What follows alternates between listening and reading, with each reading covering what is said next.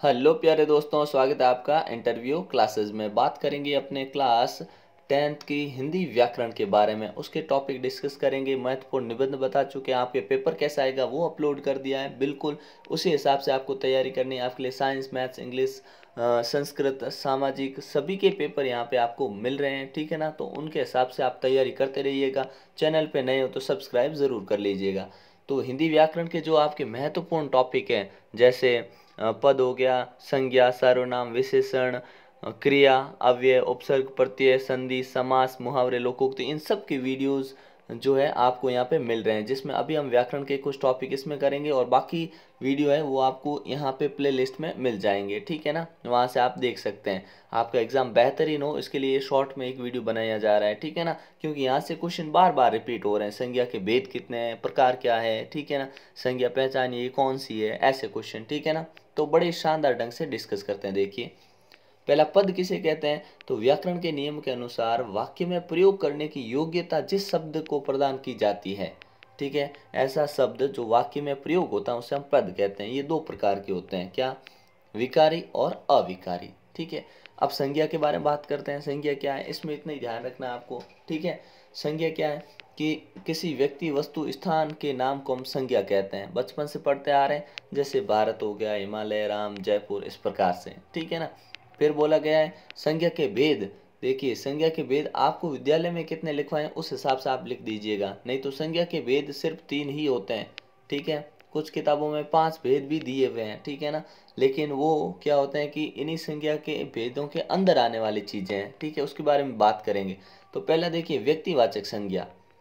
जिस संज्ञा से किसी एक ही जाति की एक ही वस्तु या स्थान या व्यक्ति का बोध हो उसे हम व्यक्तिवाचक कहते हैं। बड़े सिंपल है। जैसे आपने बोला कमल, तो कमल एक ही है, ठीक है। रमेश, रमा, अरावली, गंगा, मतलब ये व्यक्ति विशेष होते हैं। इसको इसलिए व्यक्तिवाचक संज्ञा कहा जाता है, ठीक है ना। दूसरा आता है अपने जातिवाचक संज्ञा। जिस संज्ञा से किसी एक ही जाति, वर्ग या समूह या सभी वस्तुओं का बोध हो। जैसे एक ही जाति के सभी, जैसे देखना, उसे जातिवाचक कहेंगे। जैसे पर्वत, अब पर्वत बोला ना तो पर्वत में अरावली भी आएगा, विंध्याचल भी आएगा, ठीक है। नदी बोला ना तो नदी एक जाति हो गई, क्योंकि नदी में गंगा नदी भी आ रही है, यमुना, गोदावरी, कृष्णा, कावेरी, ठीक है ना। तो ये हो गया जाति। ध्यान रखिएगा इस चीज का। व्यक्ति मतलब एक फिक्स चीज है, और जाति मतलब वो जाति है। जैसे नगर बोला तो नगर खूब सारे हैं, ठीक है ना। आदर्श नगर, बापू नगर, ठीक है ना। पक्षी, अब पक्षियों में कितने पक्षी होते हैं, ठीक है ना। तोता, कबूतर, मैना, ठीक है, चिड़िया। और फूल, फूल बोला तो फूल कितने हैं, गुलाब, गेंदे का फूल। बंदर, बंदर भी खूब टाइप के हैं। लड़का, अब लड़के में रमेश, मोहित, हरीश सब आ रहे हैं। देश, अब देश में भारत, ये सारे देश आ रहे हैं। तो ये जाति को दिखाते हैं।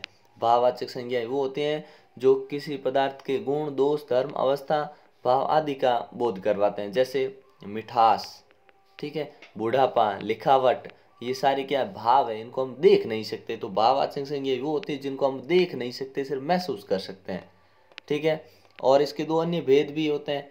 अन्य भेद कौन से, समुदायवाचक और समूहवाचक, जिसको कहते हैं द्रव्यवाचक संज्ञा। हिंदी व्याकरण में इन दोनों संज्ञा को जातिवाचक संज्ञा के अंतर्गत माना गया है, ठीक है। नहीं तो इनको 4 और 5 नंबर दिया हुआ है, ठीक है। फिर अगला देख लीजिए, इनमें कैसे किस चीज को हम शामिल करेंगे। समुदाय या समूहवाचक के अंदर प्राणियों और वस्तुओं का समूह का बोध करवाते हैं। जैसे कक्षा, कक्षा एक ग्रुप हो गया। भीड़, सेना, परिवार, गिरोह, ये क्या है, समूह है सारे। और द्रव्यवाचक संज्ञा वो होती है नाप तोल वाले द्रव्य और धातु का बोध करवाते हैं। जैसे तेल, घी, दूध, चावल, सोना, चांदी, ठीक है ना। भाववाचक संज्ञा निम्नलिखित 4 प्रकार से बनती है, ठीक है ना। ये आपके लिए इतना अच्छा, भाववाचक संज्ञा बनती कैसे ये भी है, लेकिन आप इतना ध्यान रखिएगा, ठीक है ना। उसके बाद में देखिए अगला है सर्वनाम। सर्वनाम के अंदर देखिए परिभाषा क्या है, जिस शब्द का प्रयोग संज्ञा के स्थान पर किया जाता है उसे सर्वनाम कहते हैं। जैसे मैं, तुम, वे, वह, ठीक है ना। सर्वनाम के 6 भेद होते हैं। जैसे रमेश घर गया, ये लिखा।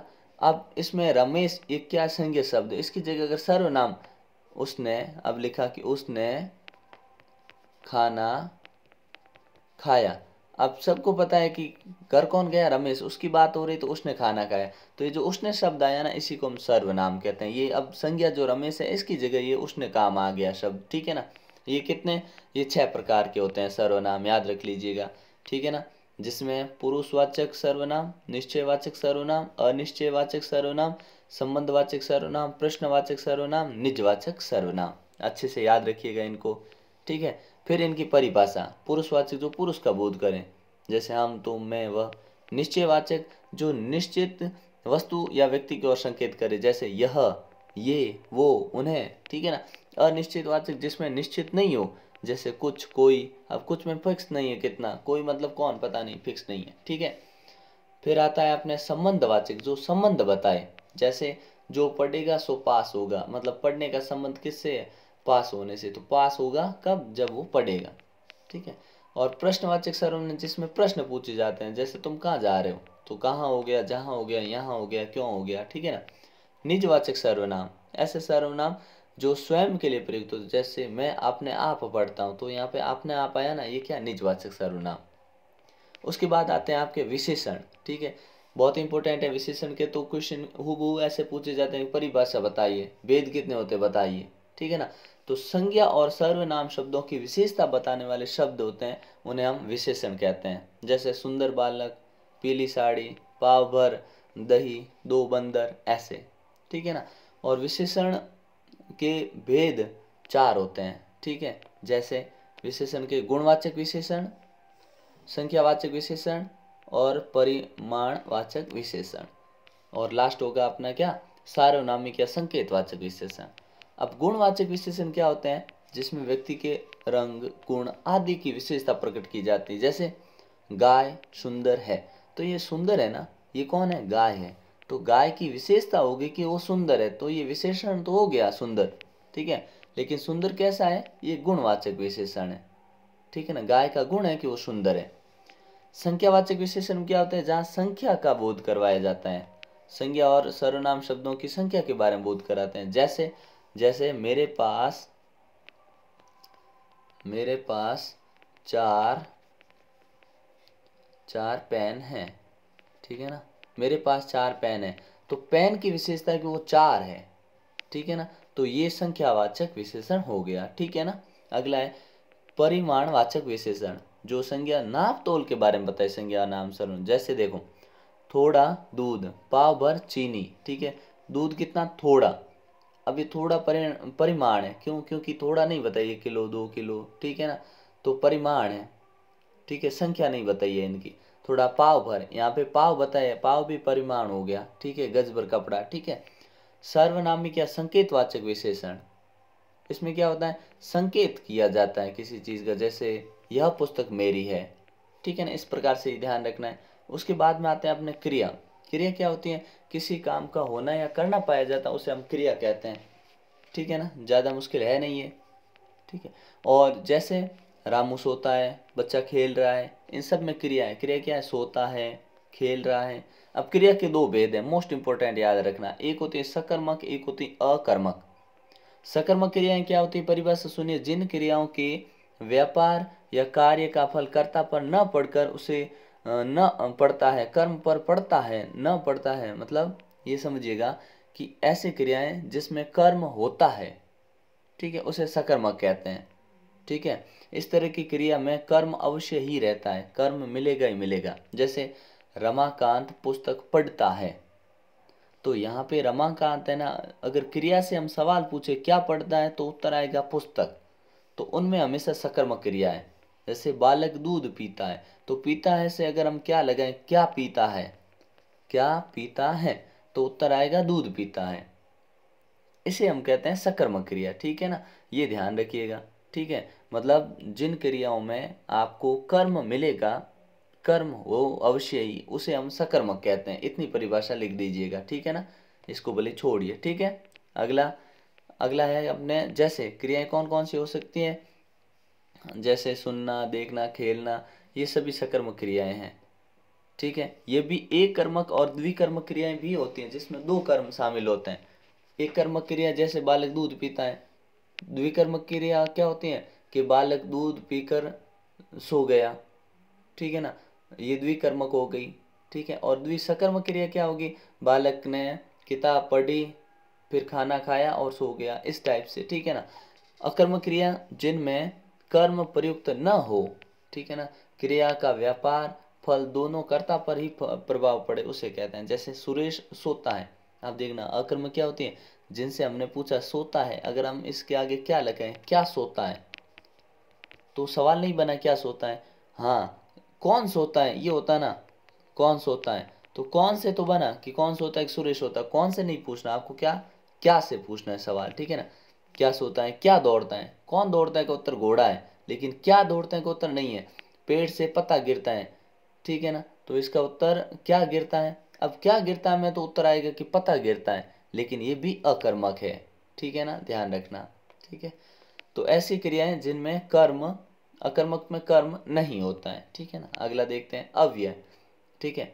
अव्यय क्या होते हैं, देखो अव्यय वो होते हैं जिनमें लिंग वचन, जिस शब्द से लिंग वचन कारक आदि के कारण स्वरूप परिवर्तन नहीं होता है, जैसे उन्हें हम अविकारी शब्द भी कहते हैं। और ये अव्यय एक शाब्दिक अर्थ होता है जो नष्ट नहीं हो, ठीक है ना, तो इनको भी, इसकी परिभाषा भी याद रखना, ठीक है। फिर है अपने उपसर्ग। उपसर्ग क्या होते हैं, ऐसे शब्द जो शब्दांश के आरंभ में जुड़कर उनके अर्थ में विशेषता उत्पन्न करते हैं, वो उससे हम उपसर्ग कहते हैं। ये उपसर्ग आपके लिए इम्पोर्टेंट है, ध्यान रखिए। आपसे सवाल क्या पूछेंगे कि अति शब्द से बनने वाले दो शब्द लिखिए, अति उपसर्ग से, तो अत्यधिक, अतिरिक्त, अतिशय, इस प्रकार से, ठीक है। फिर अनु वाला पूछते हैं, अनुज, अनुचर, अनुकरण, अनुगामी। फिर देखिए अभी, ये तो आसान हो गया, अभिमुख, अभिलाषा, अभिप्राय, ठीक है ना, ये आसान आसान आसान है। आ से पूछे तो आमोद, आजीवन, ठीक है ना। कहने का मतलब उपसर्ग अगर हटा भी दें तो उस शब्द का कुछ न कुछ मतलब निकलना चाहिए, वही आपका क्या होता है, उपसर्ग। प्रत्यय में भी सेम परिभाषा, जो शब्दांश के पीछे लगते हैं उनकी भी बात करेंगे, ये थोड़े आपके लिए इंपॉर्टेंट है। जैसे उत से तो उत्कर्ष, उत्थान, उत्पन्न, ये याद रखिएगा। दुर से दुर्लभ, दुर्दशा, दुर्गम, ये याद रखिएगा।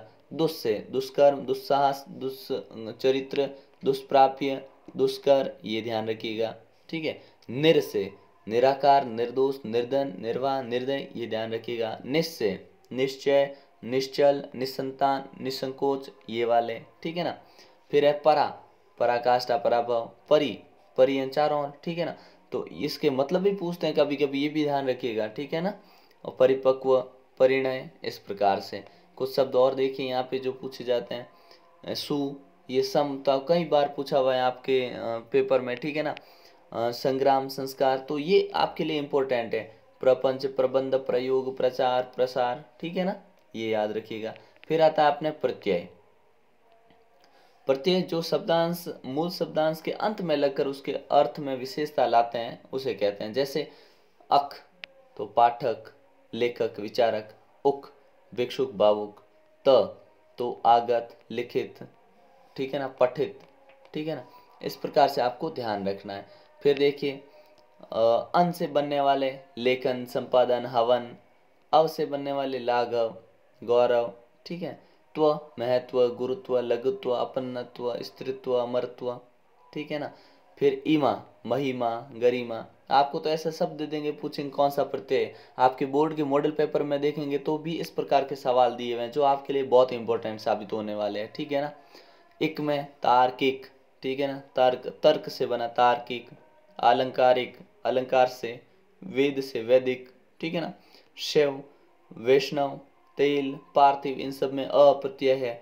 इक में लौकिक, धार्मिक, वार्षिक, ऐतिहासिक, ठीक है। इत में लिखित, पीड़ित, ठीक है। तो ये आपके लिए कुछ इंपॉर्टेंट वर्ड्स हैं जो काफ़ी शॉर्ट में दिए हुए हैं, इनको आपको अच्छे से तैयार कर लेना है, ठीक है ना। यहाँ से ही आपसे सवाल पूछे जाएंगे, ठीक है।